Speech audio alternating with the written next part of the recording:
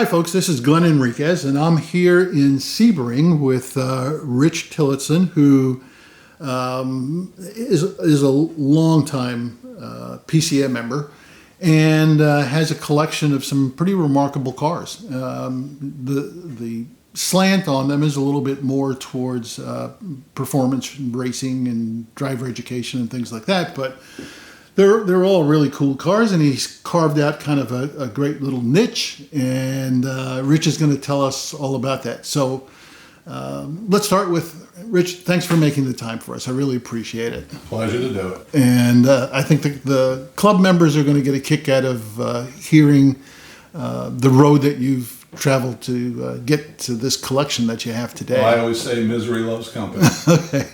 So tell us a little bit about the cars that you have now. Okay. I've had pretty much every Porsche model over the 40 years I've been associated with the brand. Right now, what I've kind of focused in on are 996s, have for a number of years now, mainly because they were often ignored or downgraded or not thought much of by not only the general public, but the Porsche members in general. And I understand, it was a dramatic departure from a 993. It was water-cooled, it had a lot of things that were new, and at the time I was one of those folks who had no use for it. I think I had two 993s at the time and said, I'd never own a 996, it just ruined the brand. However, with time, and I got a little smarter or a little stupider, depending on your perspective, I bought my first one, and I enjoyed it, and I said, you know, if one is good, more is better. And that's unfortunately, historically, the way I've approached Porsches. So right now I have four 1999 996s. I have a speed yellow cabriolet. I have what's called a pastel yellow coupe. These are all 6 speeds. I have a 99 996 H-Class PCA race car. And I also own a paint to sample, one of one, what is called Tangerine 996. Those colors are what drew me to those cars. That Tangerine car, just yeah. Wow. There's plenty of 996s out there. You can throw a rock and hit 10 for sale in your neighborhood, so it's not difficult to find them. So when I started collecting them, I figured, okay, let's narrow down the field a little based on colors, if nothing else. Obviously, you think about how that we used, how that we maintained, all the normal requirements, but once you get that out of the way, you kind of have to pick something. And for me, it's always been a selection of color.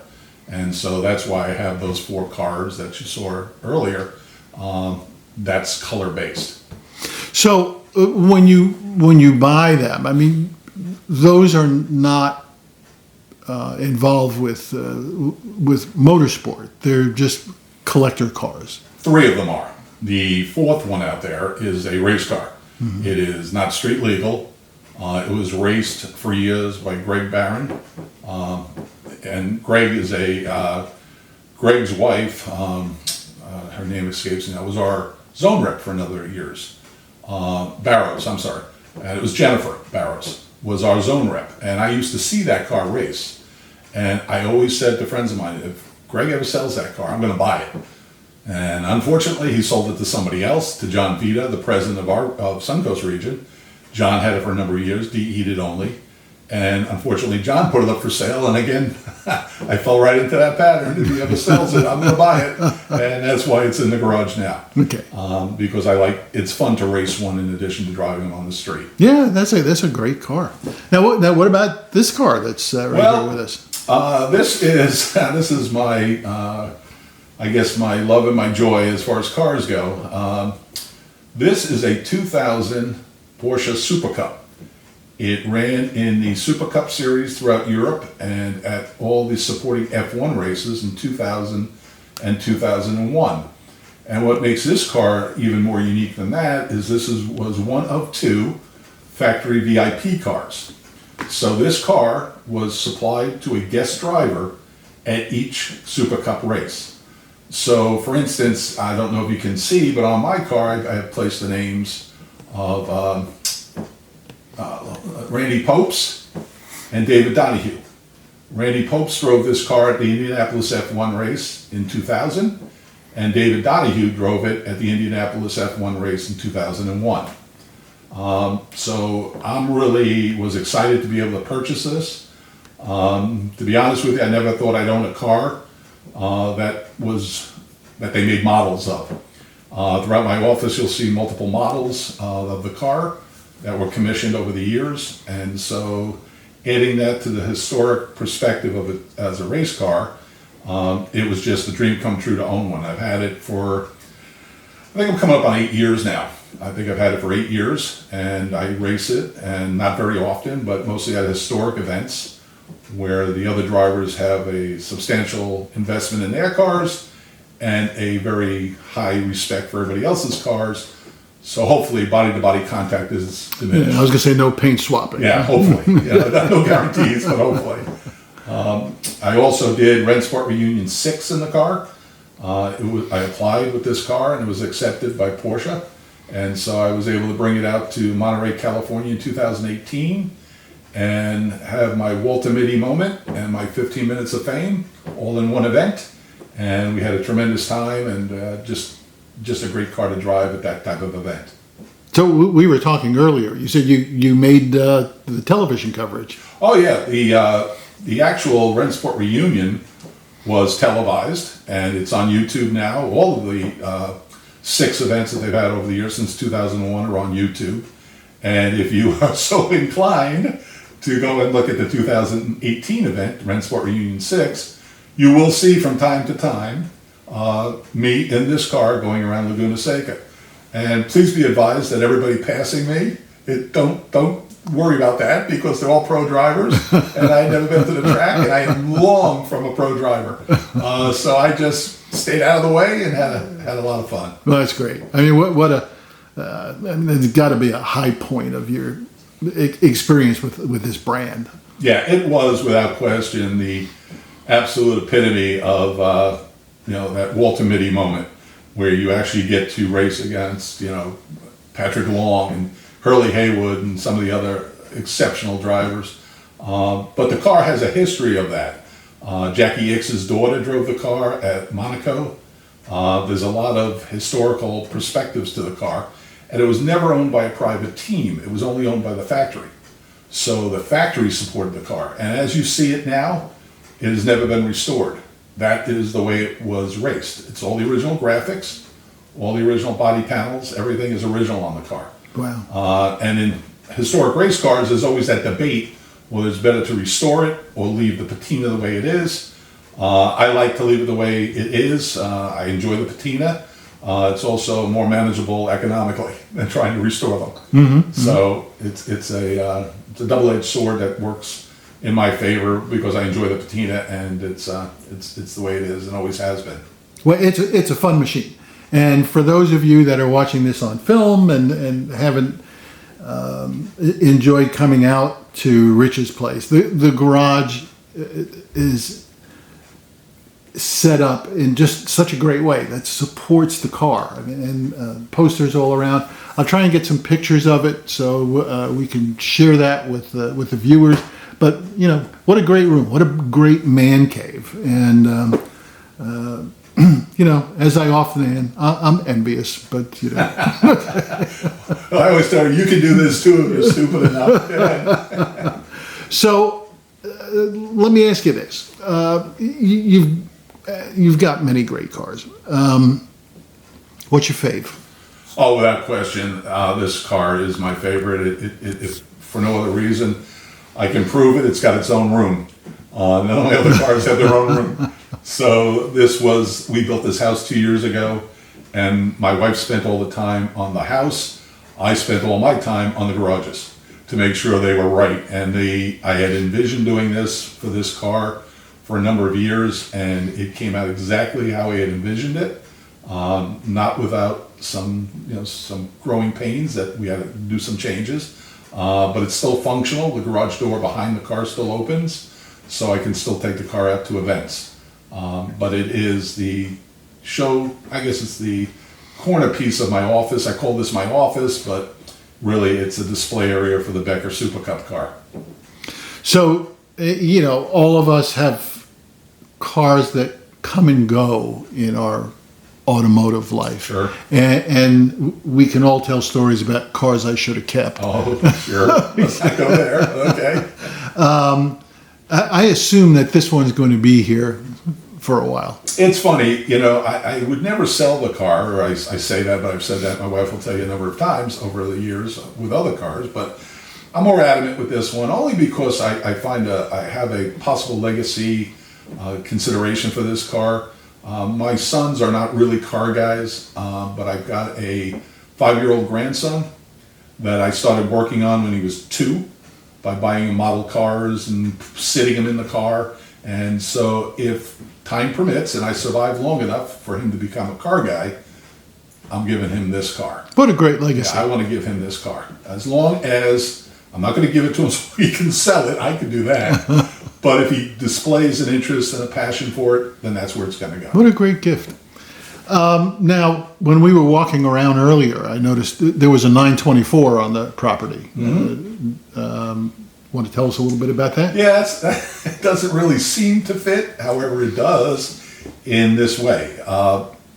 As we talked about before, Glenn, a lot of these cars find me, especially the colors, because I have a historical 30-year interest in unusual colored Porsches. So people know that, and I get contacts calling me. Unfortunately, or fortunately, depending on how this works out, I have a friend who owns a roofing company in Minnesota, and a buddy of his was doing a roof on a barn and said, hey, there's a Porsche in this barn. And so the friend of mine called me and said, Rich, you want me to send you pictures? I don't know if it's for sale, but I'll send you pictures. I said, sure, why? Of course. So he sends me pictures. It turns out to be a 1977 first year 924, what's called a championship edition, the Martini car. 54,000 original miles on it, never painted, never anything, and has been sitting in the barn for 6 years in Minnesota. I contacted the woman owner, we discussed it, came to an agreement, and I had it shipped down here. It hadn't run in 6 years and doesn't run today. It will at some point, but not yet. But the biggest project I had with that car was removing the mouse material, including suicidal mice that just decided they couldn't make it any longer. So after we demiced the car, it's now in the garage undergoing what I call a sympathetic restoration. Okay. Not going to paint it, not going to do anything, just going to get it to run. Yeah, well, it doesn't really require a lot from what I saw. Again, it's got patina. Okay. Leave the patina alone. So, we try not to let these things go too long. They can turn into mini-series. But I did want to ask you about the Porsche Club. You're a longtime member. Tell us about when you first joined and what your involvement is with the club. I think I'm coming up on my 34th year. All of them here in Florida at Suncoast Region, which is the West Coast. I joined when I think I had my first Porsche a couple years before that. I had a 72 911T. It was rusted beyond recovery, but I didn't know that at the time. I didn't know enough about the cars. But I liked tinkering, so I tinkered with the car till it got to a point where professionals told me, no, you got to sink way too much money in this car for what it was worth at the time. Maybe today, a different story, but at the time. Over the years, my wife and I have done rallies and concours and parades and everything under the sun. We've gravitated now, obviously, because I live in Sebring, and the reason I live in Sebring is because we're more focused on the track events. I'm still a PCA certified instructor. I instruct with PCA as often as I can. I still race in PCA racing and HSR racing. And so over the years, I think what I have determined is, I know it's cliche, I know it's on every thing that you get from the Porsche Club about it being the people, not just the cars, but it really is. Our best friends are Porsche people over the years. The people that we have lifetime and long-time relationships are Porsche people. It just lends itself to the camaraderie that a real club should enjoy, and it really does. And so both my wife and I enjoy whatever we do at the Porsche Club. I don't think we've ever been to a bad event. I agree with that, and I was surprised. I'm not a big clubby kind of guy, but when I started going to some of the breakfasts and things like that, I got to tell you, I can't isolate one single person that I thought, that guy's a pain. Well, I've been here 33 years. I can give you a list. Not too many, but there's a few. It's a short list It for is me. a short list. Yeah. Absolutely a short list. Now, you took some instruction from Kyle.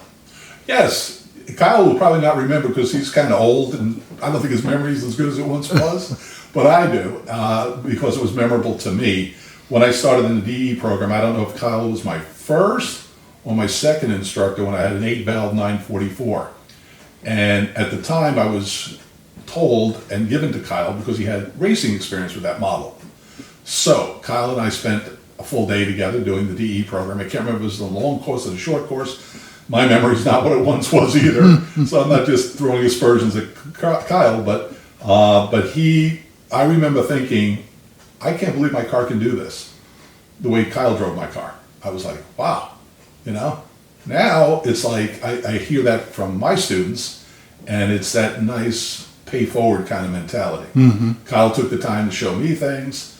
Hopefully I've been able over the years to show other people things similar and made their experience with their cars more enjoyable on the track. That's great. It is a, I saw a posting once upon a time. It said, it's not a club, it's a brotherhood. Mm-hmm. And that really stuck with me. And I think doing things like that, now mm-hmm. passing that mm-hmm. knowledge down, just great stuff. Well, the other thing, you say a brotherhood, but I'll tell you, it's been encouraging for me to see more and more women do this.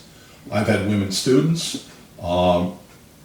It's just encouraging to see them out there doing it more than when I started back in the 80s. And I know the cars are more sophisticated and all of that, but it's enjoyable to see that portion of the club grow. Mm-hmm. So it's kind of fun. As I said, I'm kind of track focused, so I will notice the difference there.